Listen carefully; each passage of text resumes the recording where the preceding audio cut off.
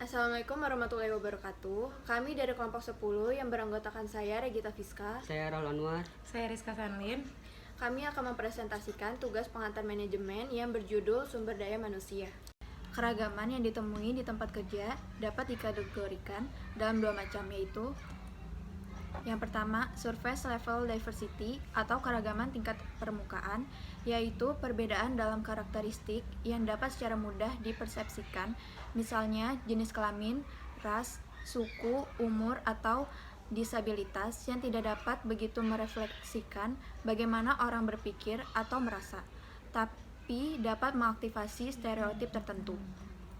Yang kedua, deep level diversity atau keragaman tingkat dalam, yaitu perbedaan dalam nilai, kepribadian, dan keinginan kerja yang dapat menjadi semakin penting dalam penentuan kesamaan sebagaimana orang mengenal satu sama lain lebih baik.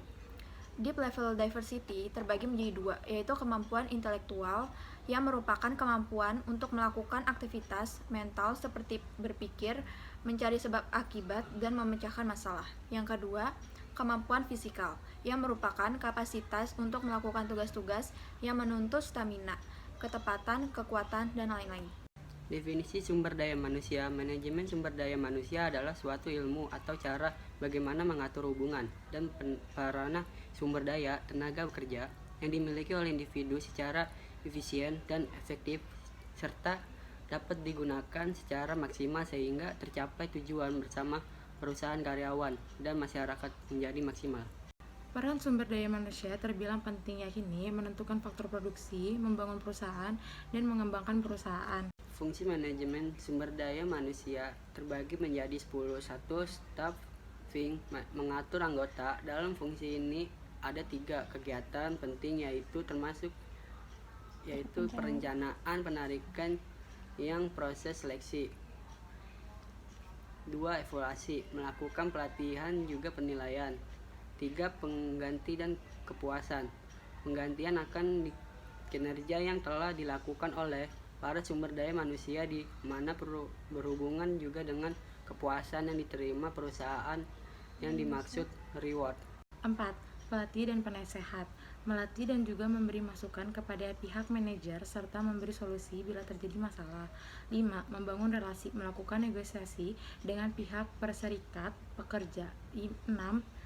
Menciptakan kondisi aman dan sehat, menghindari dari hal-hal yang tidak diinginkan dan berisiko seperti kecelakaan yang dialami pekerja. Yang ketujuh, mendalami masalah, mencari solusi dari masalah-masalah yang terjadi atau personal research.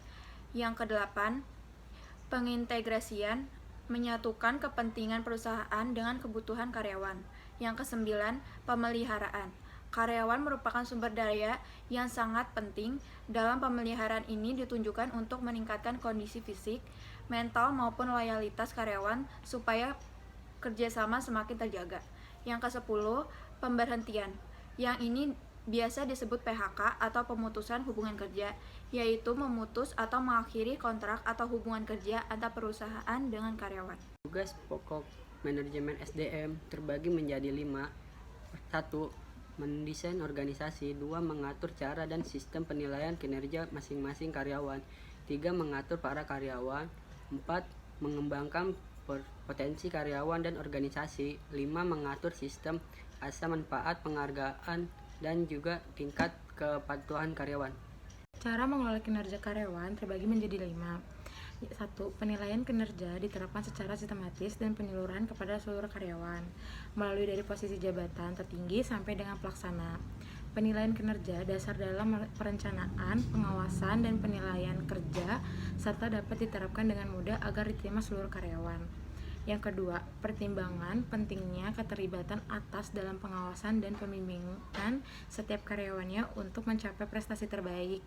Maka, organisasi perlu melakukan 1. Sosialisasi tujuan performance manajemen dan menyuruh perencanaan dan monitoring dan memberi umpan balik dan efektif. Yang kedua, membelakangi keterampilan komunikasi sebagai pendukung imprestasi performance management.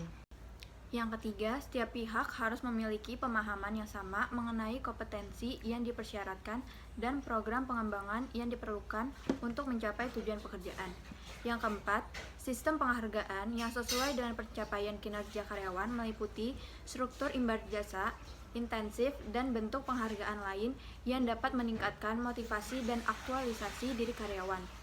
Yang kelima, membangun budaya berprestasi dan kerjasama yang mendorong setiap karyawan berkompetensi secara sehat dalam organisasi.